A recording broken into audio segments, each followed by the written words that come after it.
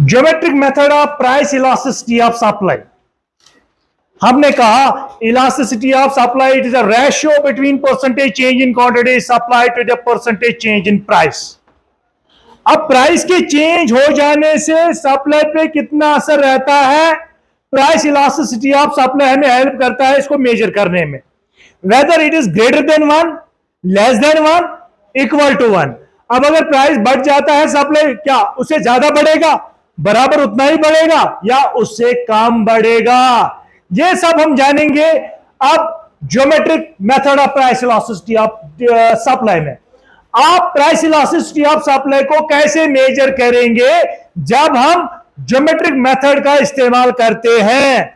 हमने जो 3 सिचुएशन का जिक्र किया है, that is greater than 1, less than 1, equal to 1। All these 3 situations are dependent upon the origin of supply curve. Price elasticity of supply, whether it is greater than 1, less than 1, equal to 1, it depends upon the origin, where from the law of supply starts. Just like I will tell you, this is a supply. Along x-axis we measure supply, along y-axis we measure price. If our supply curve starts from 0, just like this, just like a straight line, elasticity of supply equal to 1.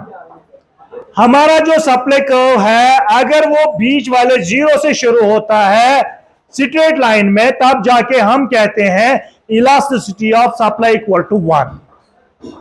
अब जरा देखें हमारा supply curve, यहां से हम supply major करते हैं, यहां से प्राइस मेजर करते हैं। अब अगर हमारा सप्लाई कर्व जो है वो y से शुरू होता है, y से शुरू होता है, elasticity of supply is greater than 1। हमारा सप्लाई कर्व अगर 0 से शुरू होता है इक्वल टू 1।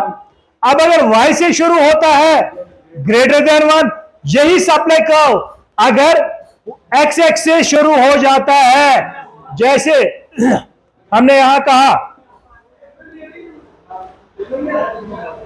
अगर वो यहां से शुरू होता है तब जाके हम कहते हैं elasticity of supply is less than 1।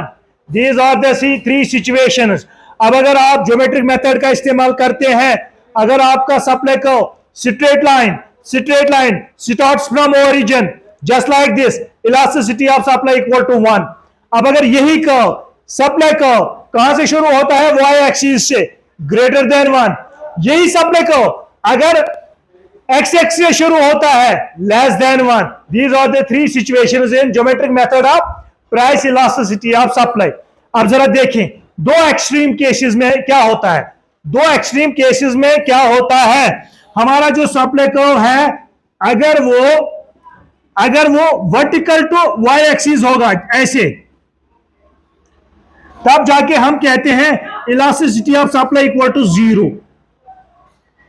हमारा सप्लाई कर्व अगर वर्टिकल टू y एक्सिस होगा,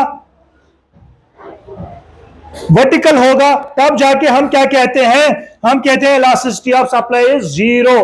यही सप्लाई कर्व अगर हॉरिजॉन्टल होगा, स्ट्रेट लाइन होगा हॉरिजॉन्टल, तब जाके हम कहते हैं elasticity of supply is equal to infinity. Here we measure supply, here we measure price. These are the 2 extreme situations in geometric method. आप जरा देखें geometric method में हमने क्या कहा, elasticity of supply is greater than 1। कब greater than 1 आएगा, हमारा सप्लाई कर्व अगर y से शुरू हो जाता है। हमने कहा elasticity of supply is equal to 1। कब 1 में मेजरमेंट आएगा, कब 1 कैलकुलेट होकर आएगा, जब हमारा सप्लाई कर्व कहां से शुरू होता है, 0 से। हमारी जो सप्लाई है that will be a less than unitary, less than 1। कब, जब हमारा सप्लाई कर्व जो है वो x एक्सिस से शुरू हो जाता है। और चलते चलते हमने कहा वहां पे 2 एक्सेप्शनल केसेस ऐसे भी हो सकते हैं, जिसमें हमने कहा elasticity of supply equal to 0। हमारा जो सप्लाई कर्व है वो वर्टिकल रहेगा y एक्सिस से, तब जाके हम कहते हैं इलास्टिसिटी ऑफ सप्लाई 0। अब आप अप्लाई करो, अगर horizontal parallel to X axis आएगा तब जाके हम कहते हैं elasticity of supply equal to infinity. This was all about the geometric method. Hope you understand. Thank you.